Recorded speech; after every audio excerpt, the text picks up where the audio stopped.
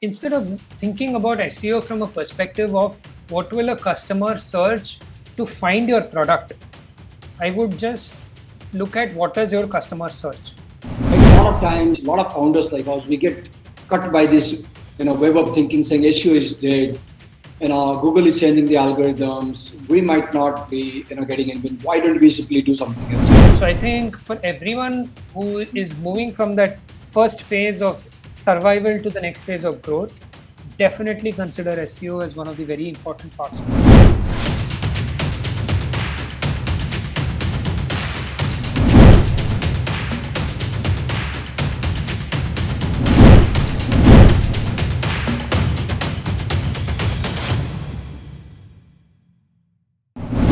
Great guys. Fortunately, I've got Karthik convinced to do this. He's been very busy. Absolutely, bootstrapping is not an easy thing to do when you have to do a lot of things on your own. It's a great session. We'll have Karthik has been, kind of implementing a lot of practices in his day-to-day growth.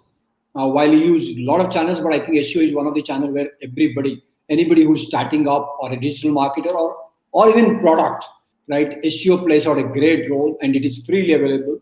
So I thought, being within the startup community, this is something that each of us can be the best, and that is one of the motivation to bring Karthik on stage.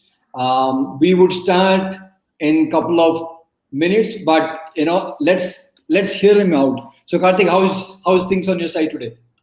It's good. So I think in the last 4 years at Flexible, we have gone from being in the survival mode for about a couple of years, finding some kind of growth in the third year, and now in the fourth year, I think we've finally found our stride. So now it's for us to consolidate this growth, to be able to find what the next lever has to be to grow this from wherever we are at 3 million to hopefully 15 million in the next year and a half. So that's going to be a journey, of course, to make this 5x. So I think a lot of our time is now going into building a more solid team so that people can take all the responsibilities from the three founders' plate and can take us to the next phase of growth. I think so. New skills, new challenges needed for us to be able to achieve this. Excited because I don't have any of those skills. So building it day by day, making a lot of mistakes, and hopefully I'll find some kind of momentum in this. That's the hope. Great. No, I think that is one of the good point that you said. When you are the most frustrating and yet exciting part of doing a startup is this, right? You need to figure it out. No matter whatever you do in later part of the cycle, and even in the later part of the cycle, I think the most exciting journey, why a startup doesn't become a corporate or the world corporate, is because the founders and the early team members would be still figuring out a lot of things, learning it, bringing it out too, right? And then that the culture of quick learning, quick implementing, failing, and then is the most exciting part. So you don't settle for anything; you just keep navigating, from one group to another. Exactly, and that's how it's been with SEO as well. Relevant to the topic that we're going to discuss today. I think so. I have no background in marketing before Flexible, so it was the first couple of years was very much us trying to reach out to people in our network and just trying to scrape through and get our initial set of clients. And then we realized that that's not going to get us through the next few years, and we need to understand how to get people onto our website. And that's where inbound marketing came in. And of course, SEO is one of the best ways to do it. And I knew nothing about SEO. So it was about reading a lot of articles, trying to figure it out while doing it. So made a lot of mistakes. I think hopefully after today's session, I'm hoping that if I took X amount of time, people can do it in, let's say, 30% of that time so that they don't make the same mistakes I made. So I hope to share some of that today on this call. So let's start the session. So why don't we start the session with in a couple of ways? We'll keep it very free flowing. I think that's what makes a lot of these events interesting rather than a very fixed format. Just let's start with a bit of intro about you. How did this journey of entrepreneurship happen?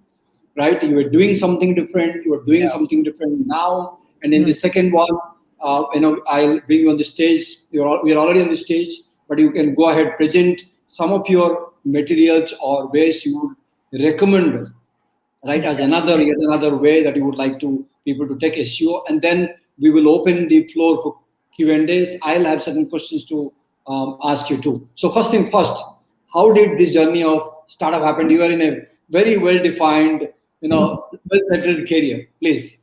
Yeah, sure. So actually, I graduated from BITS Pilani in 2012 and immediately joined JP Morgan Investment Banking. So it was typically like for the first couple of years, I was in India and Mumbai. And as any new person in a corporate, I liked what I was doing because everything was new for me. But towards the third year, I moved into London. And at that point of time, it became typical investment banking, very long hours. I was doing 110, 120 hours a week, and I felt the work that I was doing wasn't really very stimulating, and the environment wasn't really, I think, conducive to good quality work, I would say. And I started feeling quite miserable, and I felt that this is not something I want to be doing for the rest of the lifetime.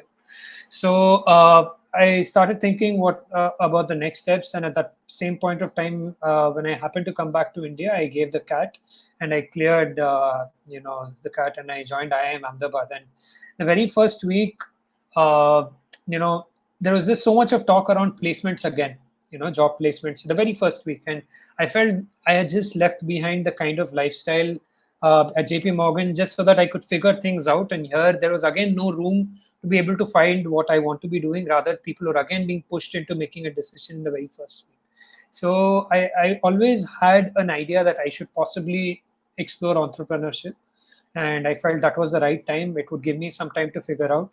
So it wasn't like a typical entrepreneurship story where there's a problem and they suddenly have an idea and they solve it, but it was more a journey of finding what I want to do in life, right? And somewhere in I just quit the placement process in the very first week at IIM Ahmedabad, and I started working on a bunch of different ideas, which I felt might have some kind of value in it.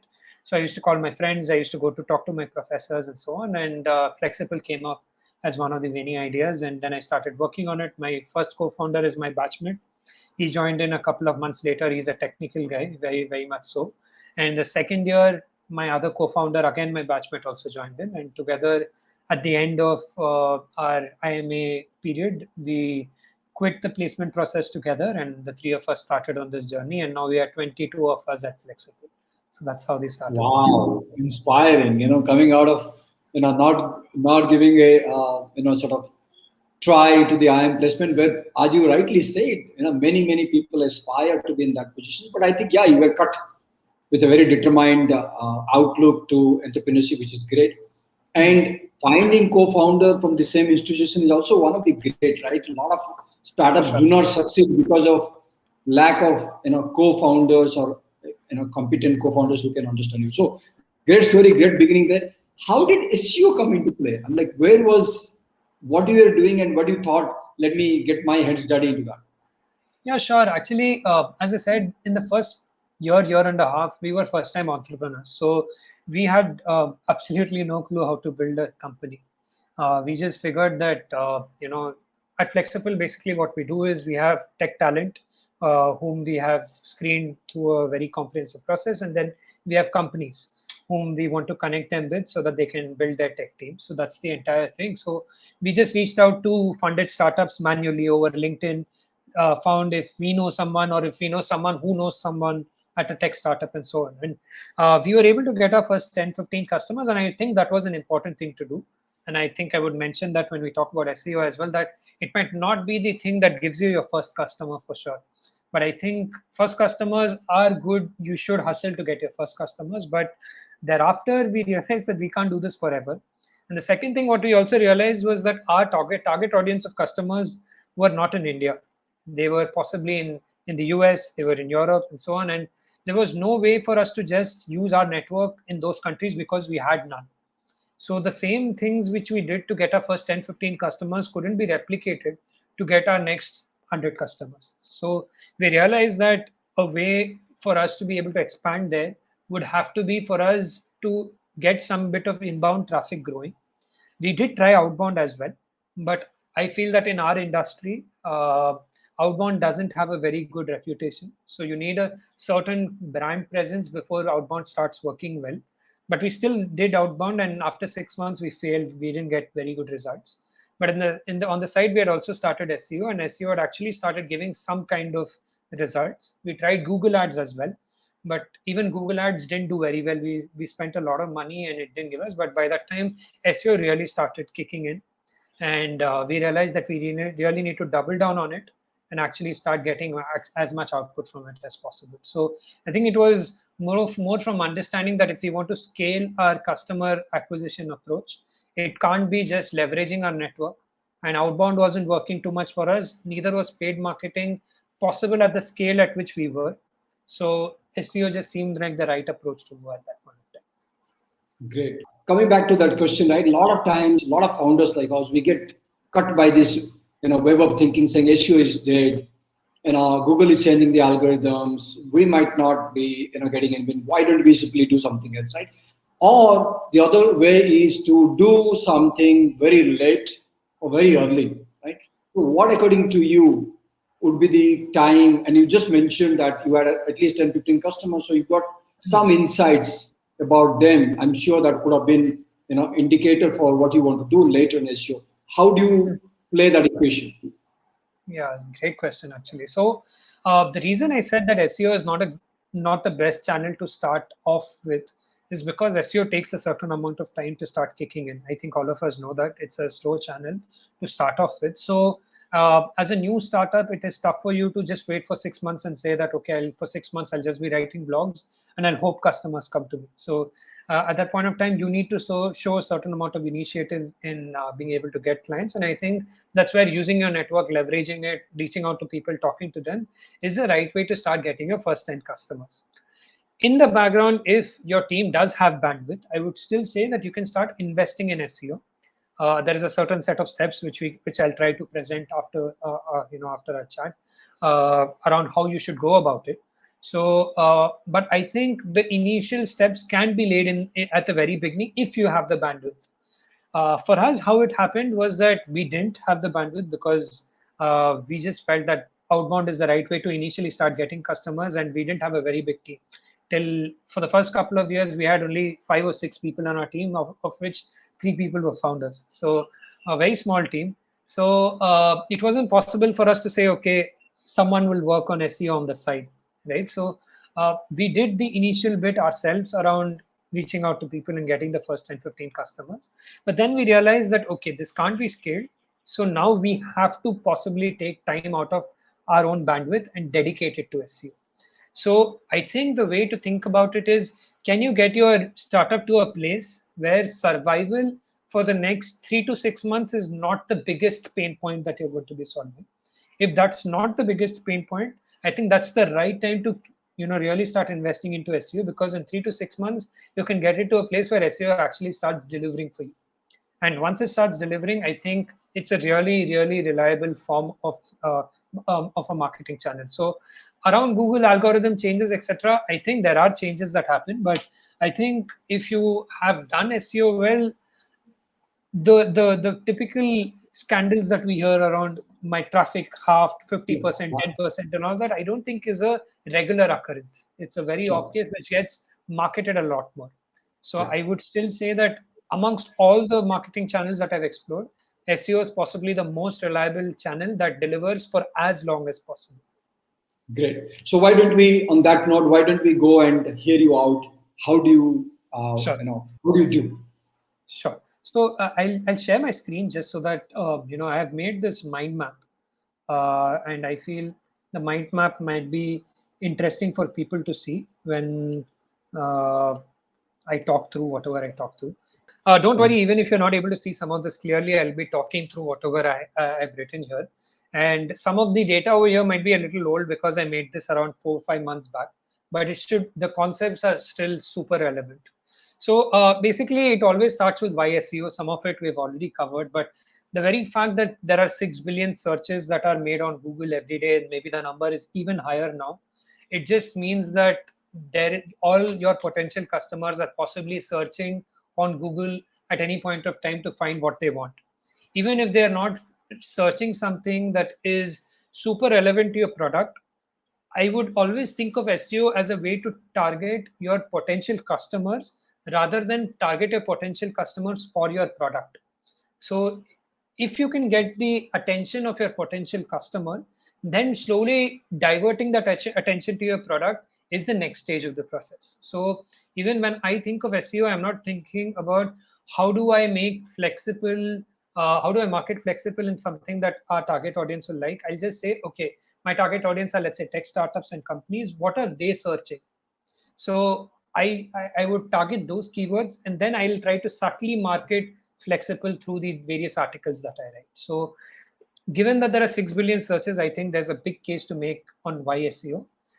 Generally, and in a very early stage, people ask, how do I validate my idea? Of course, there's no real way to validate your idea than by actually building your startup. But I think SEO is one of the many ways to at least get a better understanding of whether people are actually going on Google and searching for the particular problem that your product solves, right, or your startup solves. So let's say, for example, for Flexible, if I wanted to know if hiring developers is even a big problem or not, all I have to go and see if the phrase hire developers or hire React developers or any of those combinations even have search volume or not. So there are various different tools that are there through which you can find out how many times people search a particular phrase on Google in a particular duration. Let's say in a month. So if there are a lot of people searching that particular phrase, which you think indicates that people are facing the problem that your startup is solving for, it does sort of indicate that there is a market for your particular product. So I think from an idea validation perspective, also SEO has a role to play. Now, the fact that I just said, I think it's one of the most reliable channels and most consistent ones at that.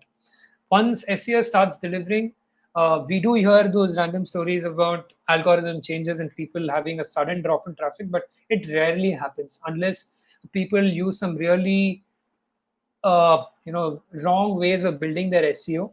I think suddenly seeing your traffic cut by 90%, etc., doesn't happen.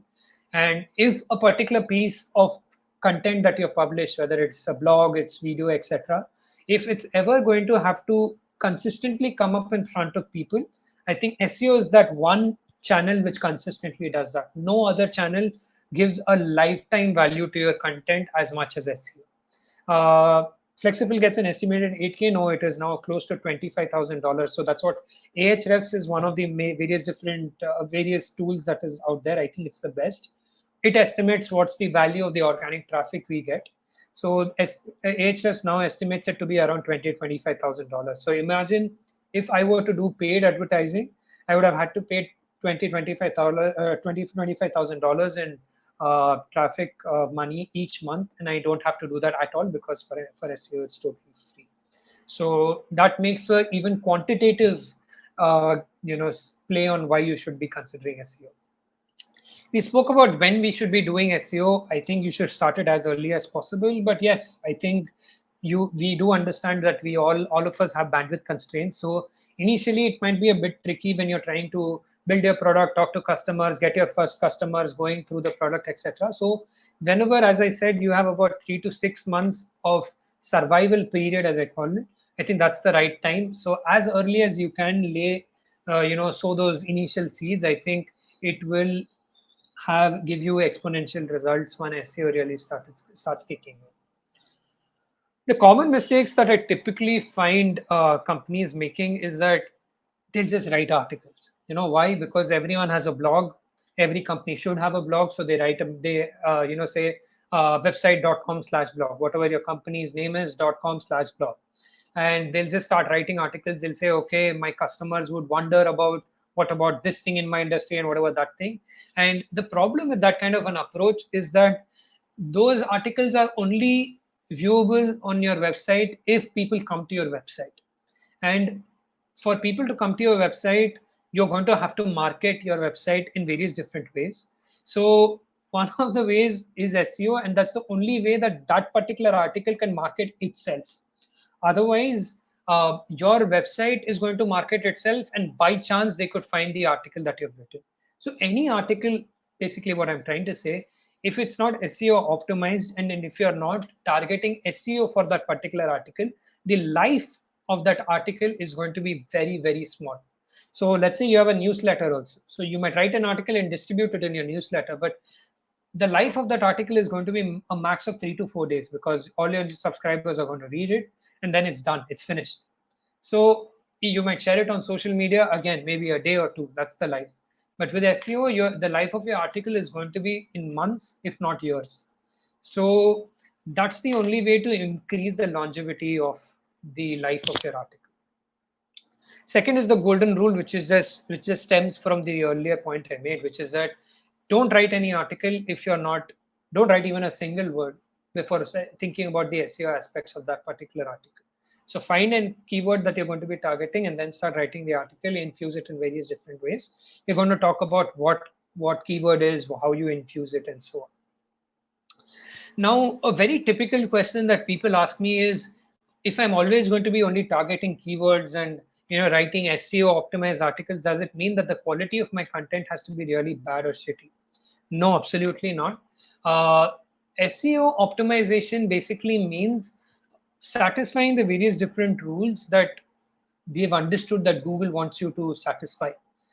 Once you satisfy those rules, of course, write a really high quality article. And I think the high quality article part of it is also super important, because while Google can't understand whether your quality of the article is really high by itself, they will look for other indicators. They'll see how much time are people spending on that particular article, how much are they scrolling on it, are they then clicking through on your website and going to other pages and so on. And none of these things will happen if the quality of your article isn't good.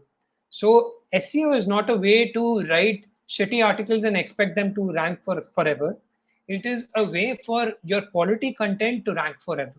So let's not think about SEO as poor quality content. It is high quality content that is satisfying the various rules that we've understood Google wants us to follow.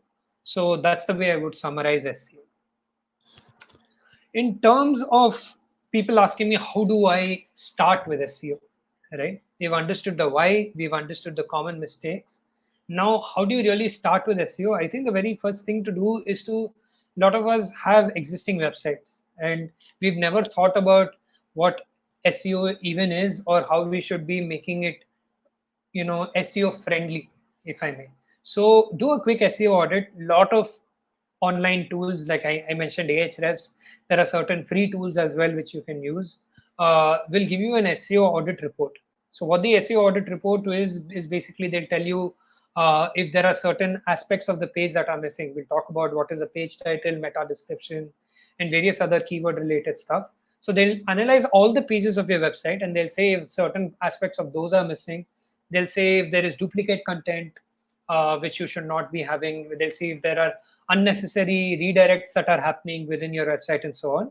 All of these affect the way Google interprets your website. So the very first thing about doing something, if anything that you do in life, right? Like if you were to set up your house in a room, so the first thing you'll do is to clean up your room. And this is basically an SEO audit, is the cleaning up of your website, right? So before doing anything else, I would start by cleaning your website.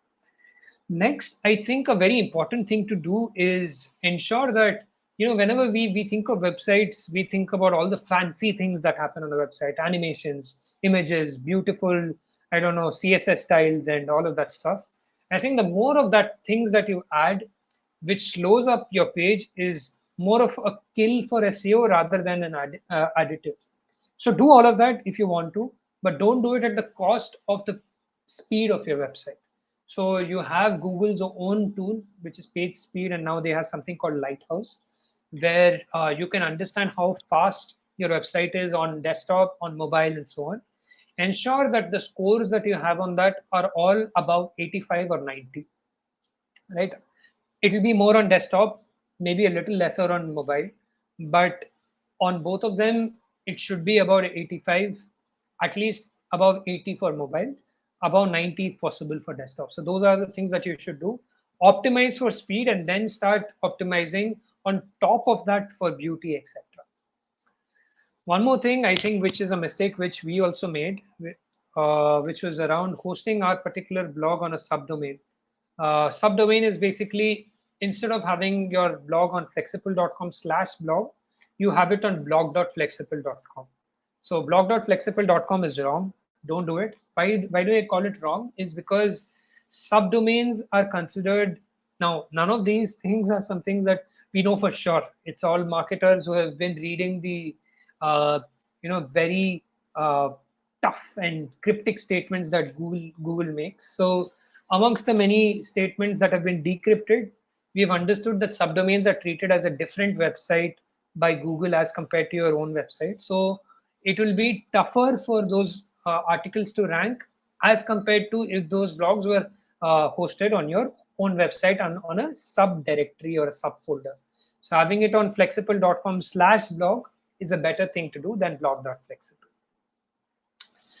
So that's the very setting up the basics aspects of it. Then the very initial phase, there is something called domain authority, right? So domain authority is basically the reputation that Google thinks your website has, right? Basically, whenever we want to showcase something in the real world, let's say I want to hire someone, right? So I'll immediately go and look for references on how good that person's reputation is.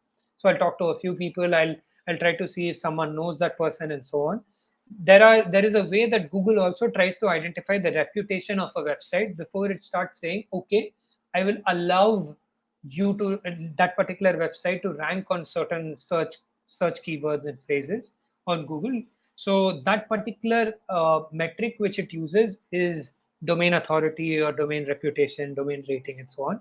This is not something that Google releases. So it is not a rating that Google says, okay, this is your number for so and so website.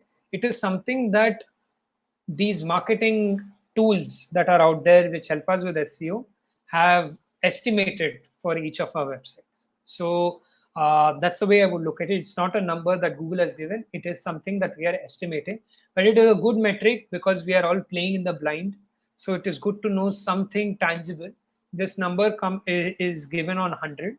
It's a logarithmic scale as well. So going from, let's say, 10 to 11 is much easier than going from, let's say, 50 to 51 because it's a logarithmic scale. And I think now is a good time for me to talk a little around this particular thread I wrote around SEO.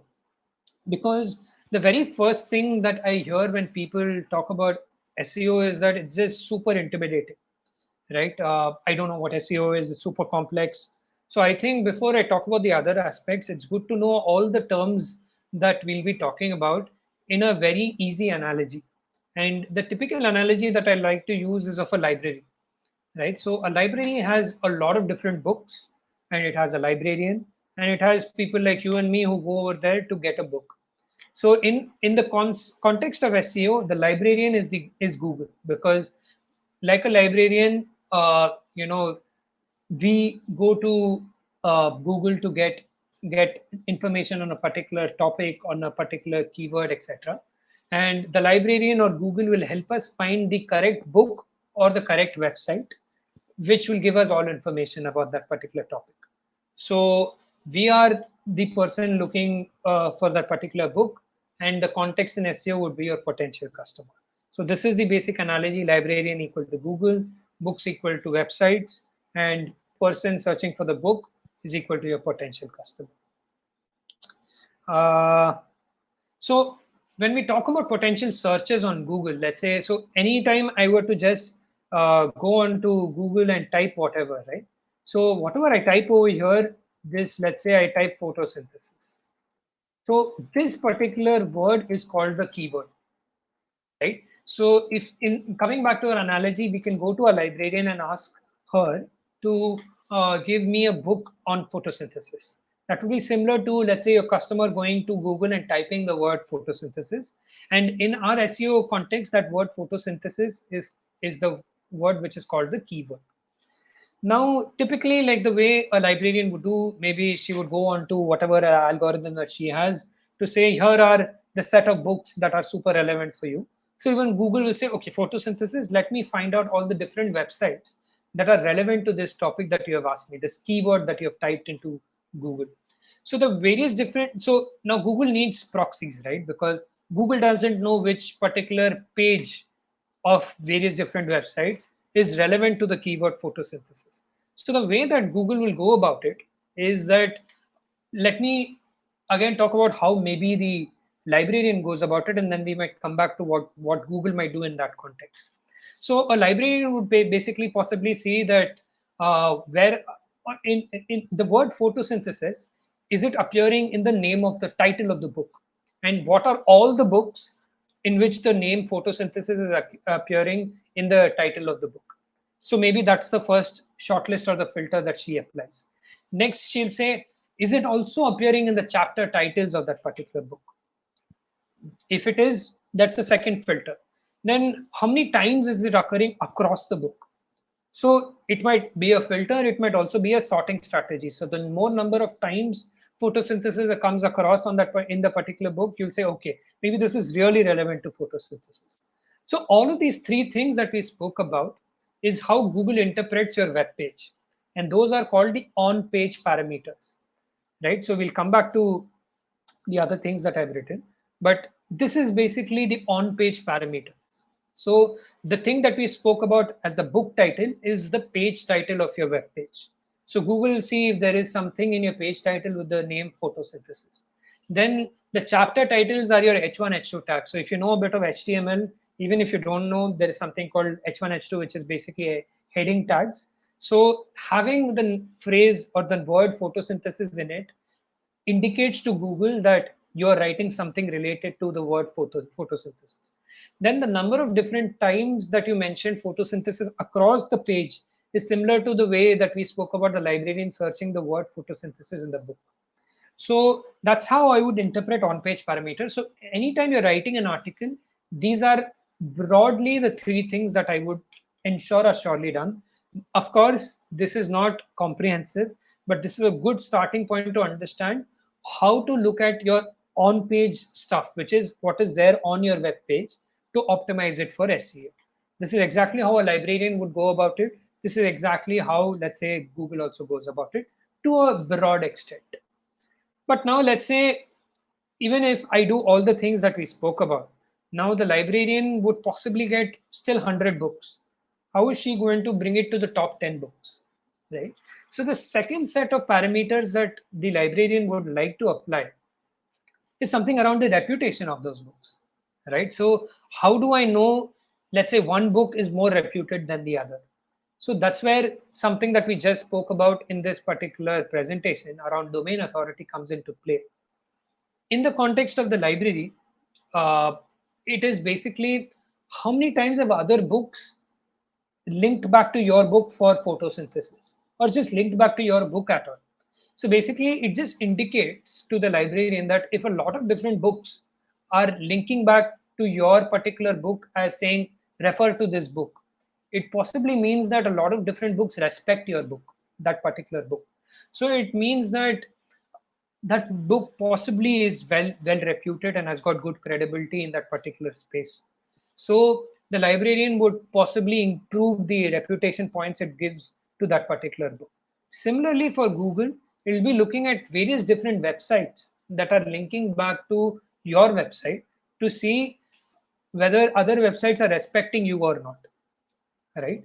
So there, of course, the word respect is not to be taken literally, but it is to show that the other websites think that the content on your website is credible. So we spoke about on-page parameters, which are to do with the content that you write on your page. The second aspect is called off-page parameters, because now it is about Google trying to understand off-page ways of knowing whether you are a reputed person or not, and that they try to understand based on whether other websites are linking back to you or not. And those, that is called a backlink, that is other websites linking back to your website. There are two forms of backlinks. Let me just quickly tell you. One is do follow, one is no follow. No follow is a website saying that, yes, I'm linking back to your website, but I don't know whether you're credible or not. Do follow is a website linking back to your website and also saying, yes, I agree, it's a credible website. So you always want do follow backlinks to your website. So basically, as many more do follow backlinks you get, Google starts linking you're more and more reputed. Combine it with the first thing that we spoke about, good on-page optimization. A good reputed website with good on-page optimization would typically lead to your particular page ranking for that particular keyword. So that's it in a nutshell, right? So if you were to think about it in the librarian terms, the librarian would use all the things that we spoke about, chapter title, book title, and all that, then to filter it, then see how many other books have linked back to it to bring the shortlist to the top 10 results of books. Similarly, Google would do a very similar thing to give the top 10 websites that you should look at, which will be relevant to the keyword that you have typed. And that's about it. That's all SEO is about. It's all about playing this game so that you're able to do these two kinds of optimizations so that Google actually ranks you in the top 10, because only then are customers actually going to click on your website, and then possibly you can market your underlying product or service to your customers, and then maybe get them as an actual customer instead of just them being a potential customer. Here we go. So we spoke about backlinks. I think backlinks are the true way of growing your website's authority. You should do it. There are very shitty ways of growing your backlinks by submitting it on directory websites, spammy websites. You can submit it on directory websites. Just ensure that they are not really poor quality websites. Poor quality websites are just visible. You know they are really shitty. So don't do it. It's very tempting. Don't do it. What I have found is a very good way of building your reputation or domain authority is by writing guest posts. What a guest post basically is you writing an article on someone else's website as a guest. So in return, what they would do is possibly to give a link back to your website saying so and so founder of so and so website has written it, and they'll possibly give you a link on the website name, or they might give you a link in the body of the content and so on. So I think guest posts are the most reliable way. It's a very tough way, but it's the most reliable way of going about it, because the counterparty actually gets something in return for actually giving you a link back to your website. So guest posts are one of the best ways. As I said, guest posts require a good amount of effort, but I think it's a good way to go about it. There are various different ways you can find websites that accept guest posts. You can just search, let's say, for example, for Flexible. If I want to write on freelance, and I think freelance is a good topic, I would just say freelance space guest post or freelance space guest article, freelance space write for us, and just search it on Google. Google will rank all the websites which are actually offering guest posts, and you can just go through them.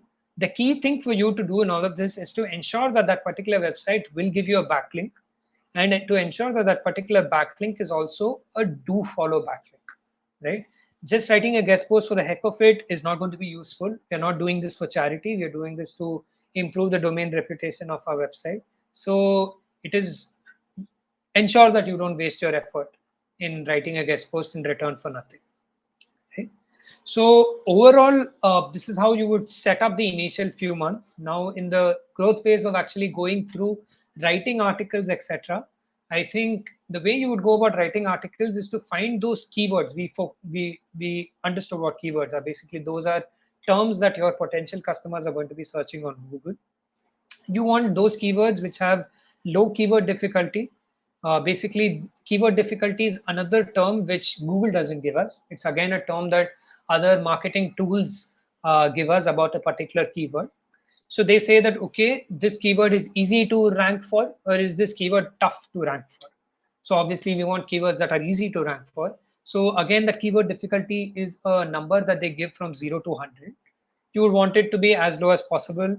I use a thumb rule of that it should be somewhere lesser than 20 or max less than 25, right? So no logic to it. It's just a thumb rule that I use.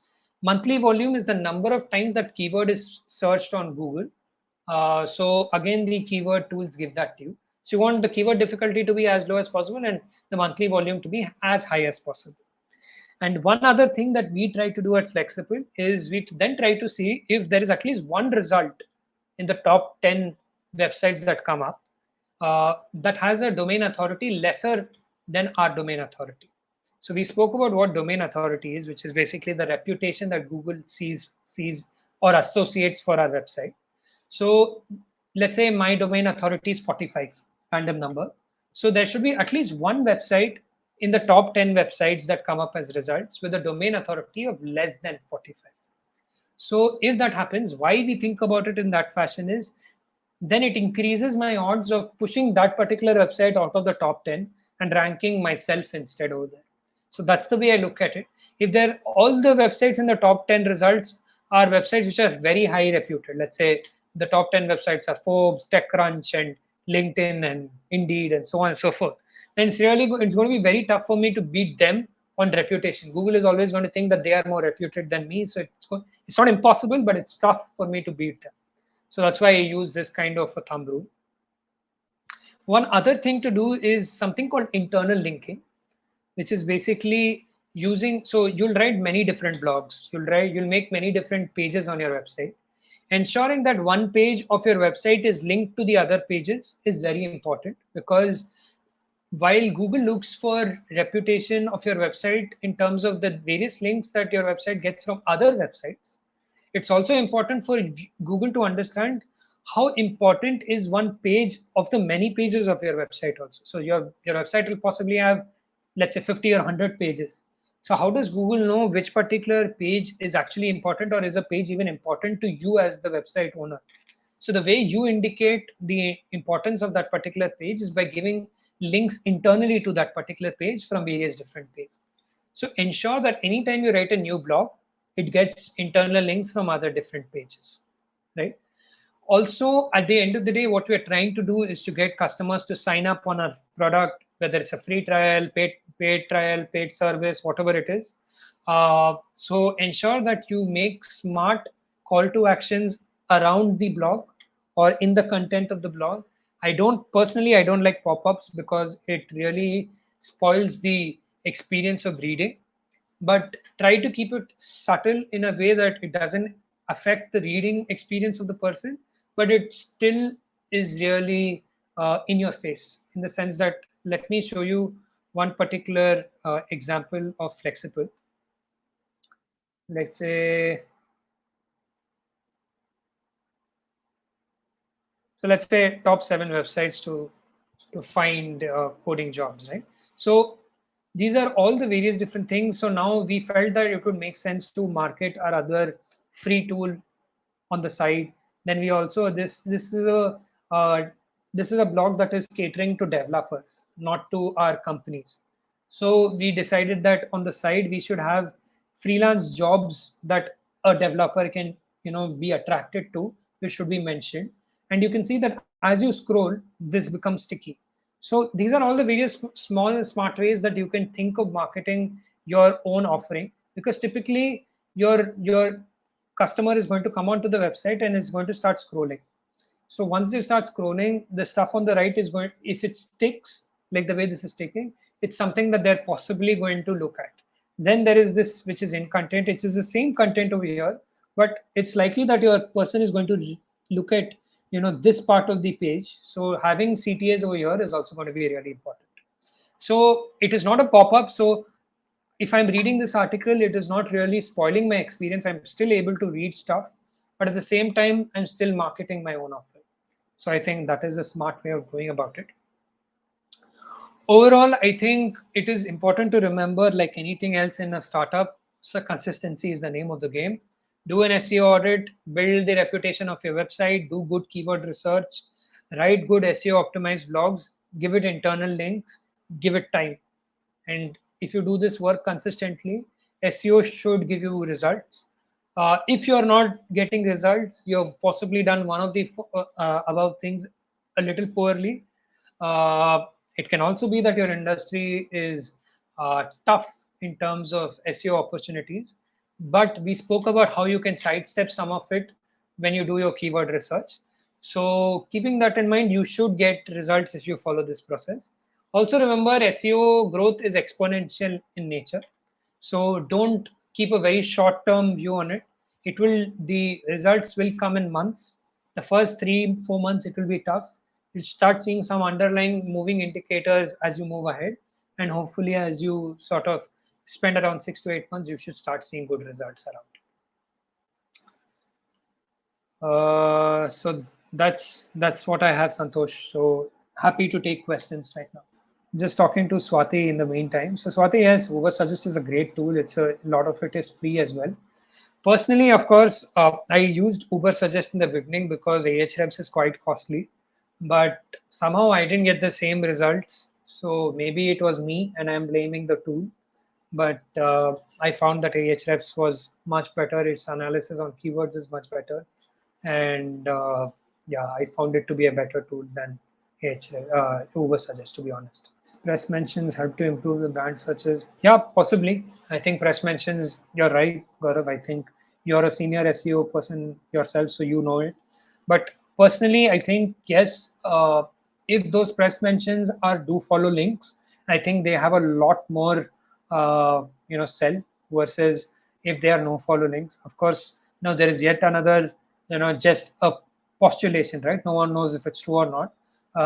That even if you get a no follow link from a very big reputed website, it does have a good effect on the reputation of your website. Now, is it true? Is it not? We don't know.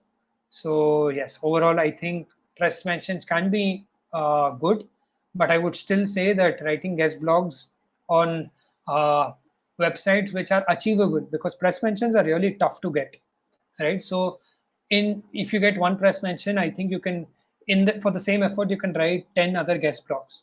So for if you're able to do that, I think it would lead to much more of an upside on SEO than doing something else. What platform if you're asking what platform am I using to build the Flexible website, so it's a no code website builder called Unicorn Platform. So Unicorn Platform is what I use. They launched an associated blog platform also, and that's how we have hosted the blog. We have done a lot of on the blog platform. We have done a lot of custom HTML CSS changes so that we can tweak it to the way I showed you. Basically, the CTAs are better made, etc. But that's the platform we use to make the website. What will be your approach in hyper competitive market? See, as I said, I think for you, looking instead of thinking about SEO from a perspective of what will a customer search to find your product, I would just look at what does your customer search, right? So, for example, let me again take Flexible's example because that's what I'm really well versed with. So, I will not always try to target, let's say, hire developers phrase, because it's a really tough keyword to rank for, because companies like LinkedIn, companies like Indeed and Naukri, whatever, like all of these big job platforms are also going to be trying to target that. But what I am trying to target are tech startups and companies. So what I would try to think about is, okay, the best case scenario is to try to rank for higher developer keywords. But the second best would be to just get their attention. So what are such tech startups and companies searching otherwise? So let's say they're searching about fundraising. They're searching about how to hire a developer in general, whether they're searching about certain startup related content on what are the best marketing strategies and so on and so forth. So I would try to look at my customer profile and see what they would search on Google and try to write those kinds of articles. Once I've got their attention, then I can subtly market Flexible. So is it going to have that kind of conversions as a very focused keyword? No, but it's still a good starting point for you to have to then start slowly building your momentum on even the tougher keywords. So I think that's my approach. That's the approach I would take in a hyper competitive market. Would you suggest the blog post be visible on the homepage of your website, or just having? See, it's all like I regularly say, startups are multivariable problems, right? Like so it's tough for us to say this is the variable on which I can tell you whether you should or should not do it. So it's a subjective call that you need to make. But what are the parameters that you can sort of evaluate it on is basically your homepage is possibly the most important real estate that you have, right? So in that, I would first give importance to the links that are actually going to convert to paying customers. So once you have got links that will convert you to paying customers, then the second part is around signaling to Google that you also consider these other blog pages or other pages to be really important so that Google ranks it for SEO, right? So on their search results. So yes, I would link it to those blog pages, but don't try to stuff it, right? Just because you want those to rank. You have other pages on your website as well. Try to link from those pages. You have other blogs. Try to link from those blogs to your new blogs. Use your own subjective judgment on what are your most important blogs which are ranking already and you want to push their ranking, and maybe keep 4 or 5 slots which you would want to keep on your landing page. That's the way I would go about it. But yes, have your blog hyperlinked in your footer as well. Cheers, Rajesh. Glad you liked it. How often do you put out new content? There's no particular, I think, it's all about your bandwidth, right? How much are you able to give time to write new articles? So initially, when we used to do it, we used to write one article in 2 weeks. Then we made it one article a week. Now we write 3 to 4 articles a week. So it's all about how much bandwidth you can give. So think about it in terms of a phase, right? So we spoke about the initial phase around auditing your website, then about building the reputation of your website. So you're even if you're giving, let's say, 20% of your time to SEO and 80% of to the other 100 things you have to do for your startup. So in the 20%, maybe a smaller aspect is the only thing that you can give to writing new content in the beginning. So when the initial reputation, etc., is built, maybe the next thing you can do is to give more time to writing articles.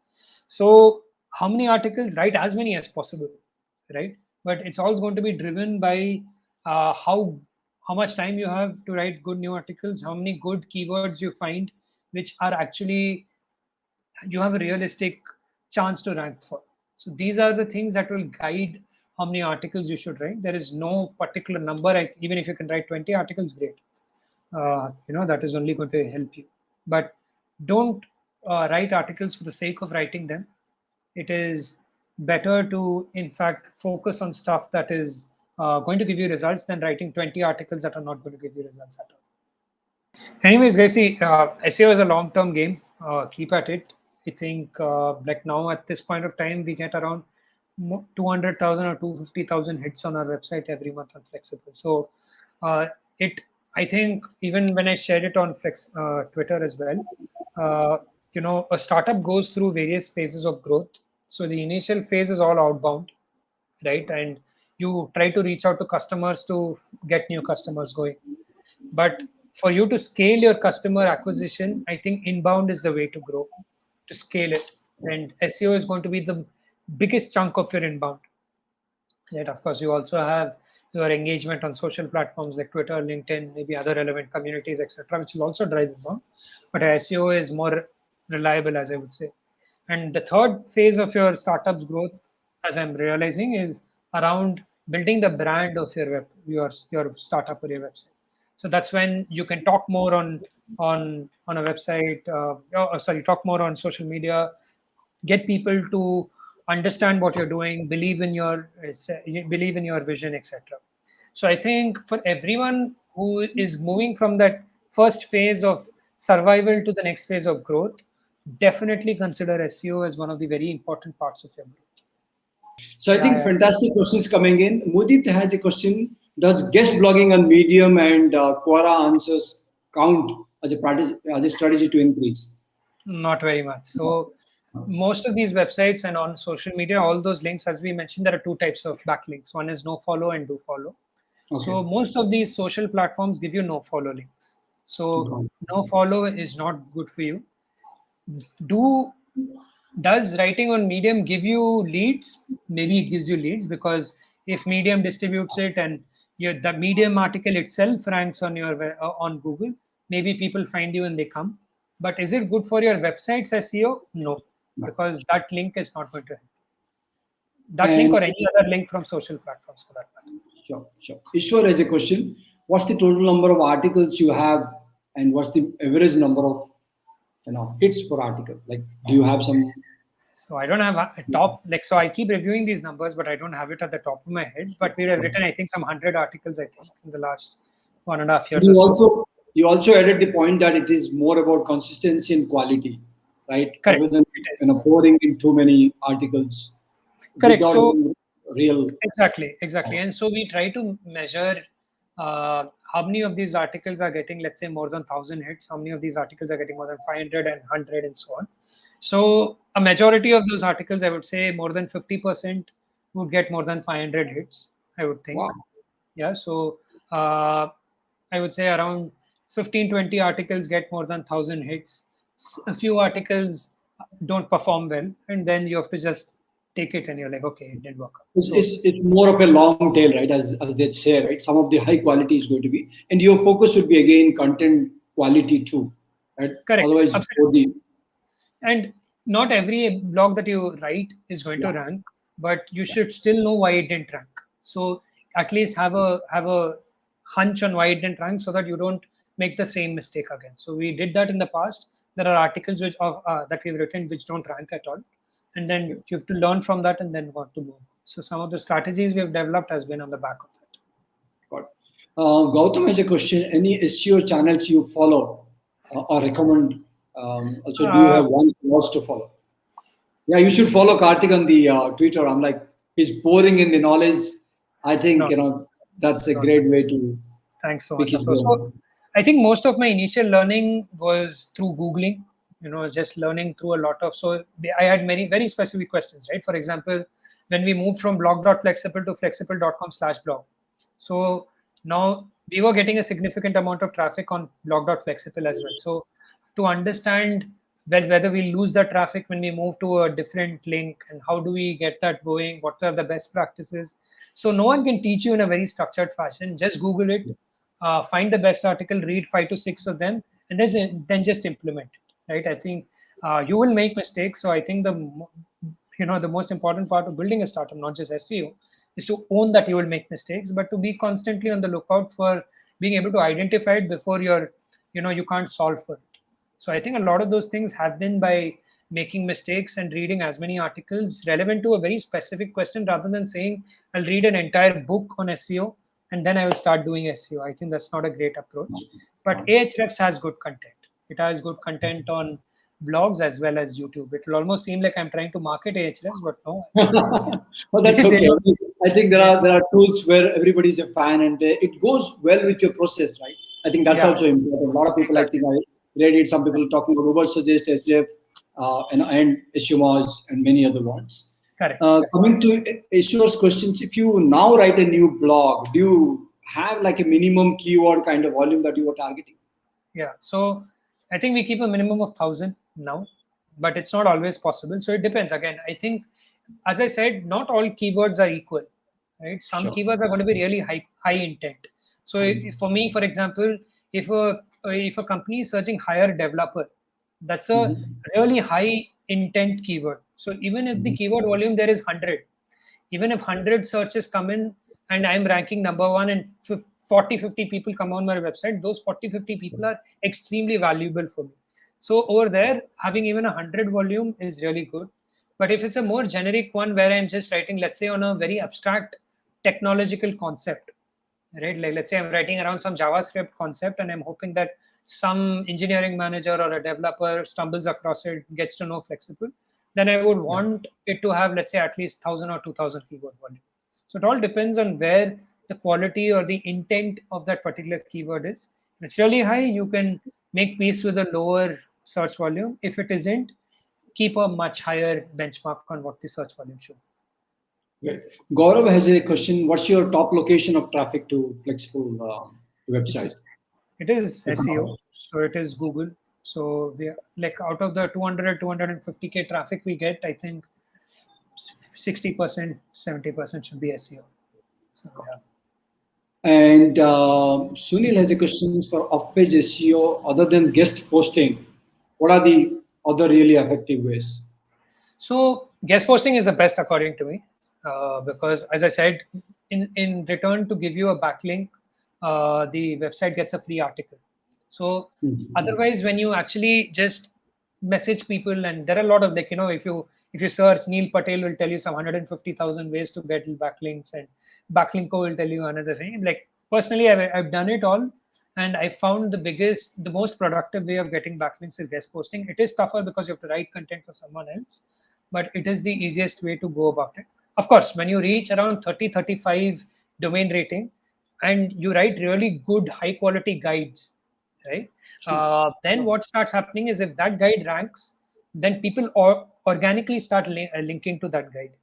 But Got it. in your initial stages of building your domain rating, I would say guest posting is a good channel. Otherwise, find other ways where you think it's a good quality website, but it also gives you a link back. So there are websites like dev.to, which is a community. There is Hashnode, Indie Hackers. So all of these, just go and contribute. Some of those websites which are smaller communities, there they have not made their links no follow yet. So the links Sure. from those websites are still do follow links. So they can be. And then some other community driven websites like Product Hunt and other product submission websites also might help, though not to as good a degree as some other websites. So these are some of the One things. more question I had on that topic is like when you get some people coming and saying, I would like to do a guest post on your blog, right? Because this is two-way. Do you also ensure that those domain authority, you check some kind of hygiene factors to say, okay, who should I allow for a guest Sure. blog post on my site? Because Sure. So, you might get into barter. sure. Actually, so firstly, I don't entertain any guest posts that come from a Gmail ID or a non-business ID, right? So I know if a person is reaching out to me over Gmail, they are not a serious business, and I don't want to be giving it to any spammy website. But having said that, I don't expect their website to be a really high domain rating website. The focus is always that they write a really high quality article. If they don't write it, we don't accept it. But other than that, no particular constraints as such. Got it. Another question that has come in the Q&A session is how to increase the DA. So, as I said, I think domain authority is entirely increased by getting links back to your website from other websites. That's called a backlink. And that backlink has to be a do follow backlink and not a no follow backlink. One of the ways of doing it, as I said, is guest blogging. But other ways of doing it is to distribute your website on various different ways. Uh, Submitting it on certain directory, high quality directory websites. I don't like that route too much because it's really tough to know whether a directory website is high quality or not. But over a period of time, just write good quality content. Hope that people start linking back to you. Write content like what I've started to realize is if you start sharing stats, right, around stuff that are really interesting to people in your industry, so people do start linking to those particular articles. Let's say, for example, if I were to write something around the freelancing industry for Flexible, and I say, these are the hiring stats, these are the freelancing stats, these are the percentage number of freelancers earning more than a certain amount, and so on. So it turns out that stat articles are something that people have to link back to, right? Because you can't quote a stat out of the blue. People have to give back to a reference where they got that number from. So I think that's another smart way of going about it. But all of these things start kicking in when your blog is already ranking and your domain rating is already good and you want to push it further. But the initial days, I think guest blogging and directory websites are the way. Good. And I think the same question again from is should we focus on quality blog or quantity of blogs? I think it is only a mix of, right? You cannot just do quantity without quality as such. Correct. It's not even a mix. I think it is an intersection, right?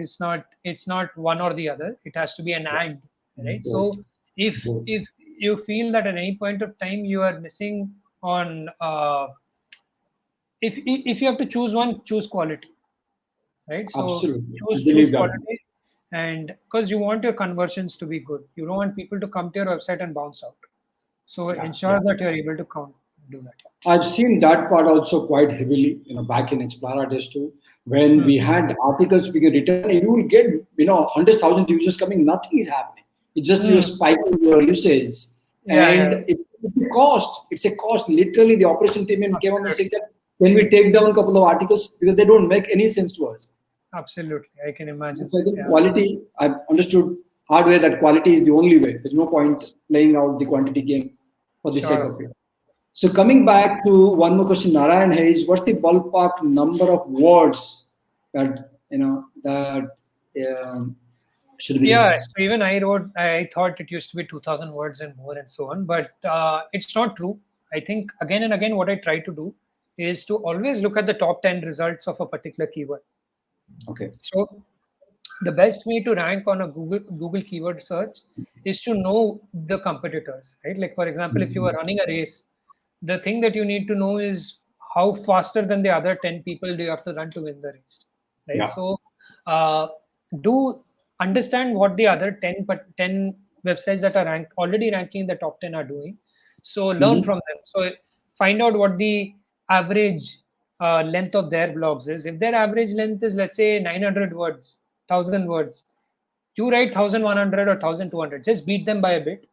You don't have to write 2000 words plus just because you understand that 2000 words is what is needed. Understand what is done by your competitors, beat them on that game. If they have infused there's something called keyword density, which is basically the number of times keywords is repeated in your blog divided by the total number of words in that particular blog. So typically they say it should be 1 to 2.5%. So see if someone else has written infused it 1% of times, see if you can do it 1.25%, 1.3%, and so on. So those are the kinds of ways I would go about it. Don't hard code a number and say 2,500 words is what is needed. Super. So I think Ishwar had also similar questions around that. I think that got answered. Does PR activity add to SEO?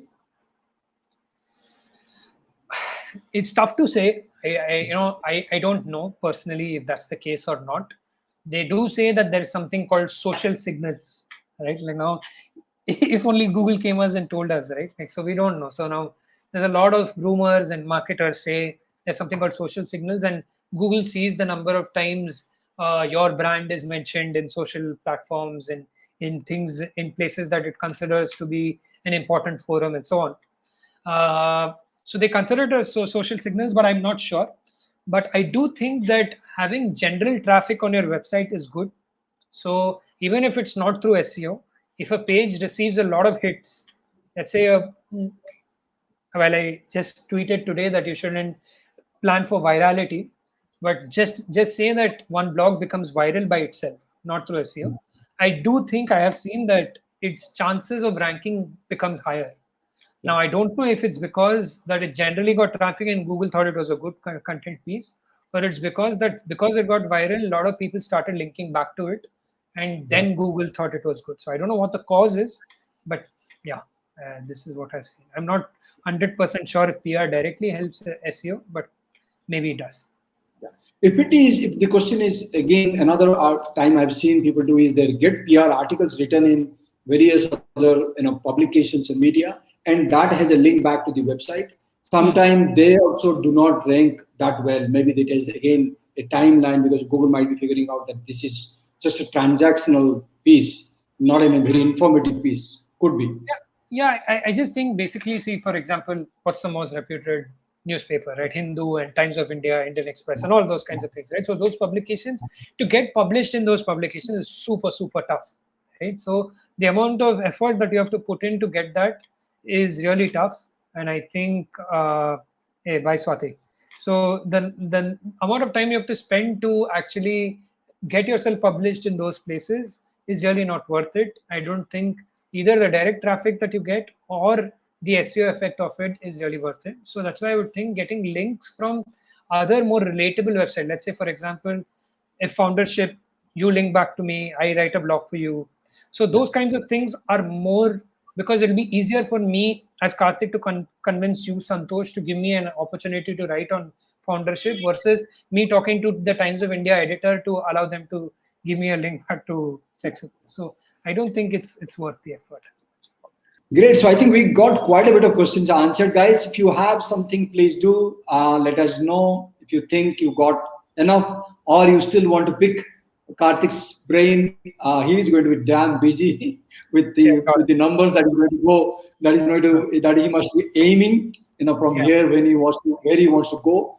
But yeah, I think he has been very helpful, very humble, and I really love those. The way your articles are coming is very powerful. In fact, the most appreciation about it is as a founder, when we go out and write, I think that builds the culture across our communities within the Indian startup communities, that we need to be going out and doing this wherever we specialize. It's just not that we only have somebody else doing it. We are also doing a lot of work, and also, I think I love that part. Thank you, Karthik, for coming in, and thank you everybody for joining in on an afternoon.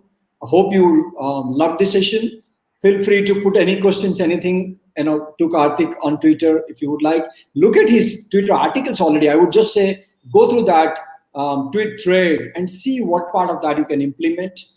There could be still a context, but I think there are a lot of main ingredients there which you can definitely use in your business. I have seen some of the things that I did a little bit learning here and there has worked beautifully. And as you said, never compromise on quality. It's going to go a long way. People, Google is going to return back to you and say, I'm going to put you in second or third. Right? So wonderful. Thank you so much, Karthik. Cheers, Santosh. Thanks for having me. Take care.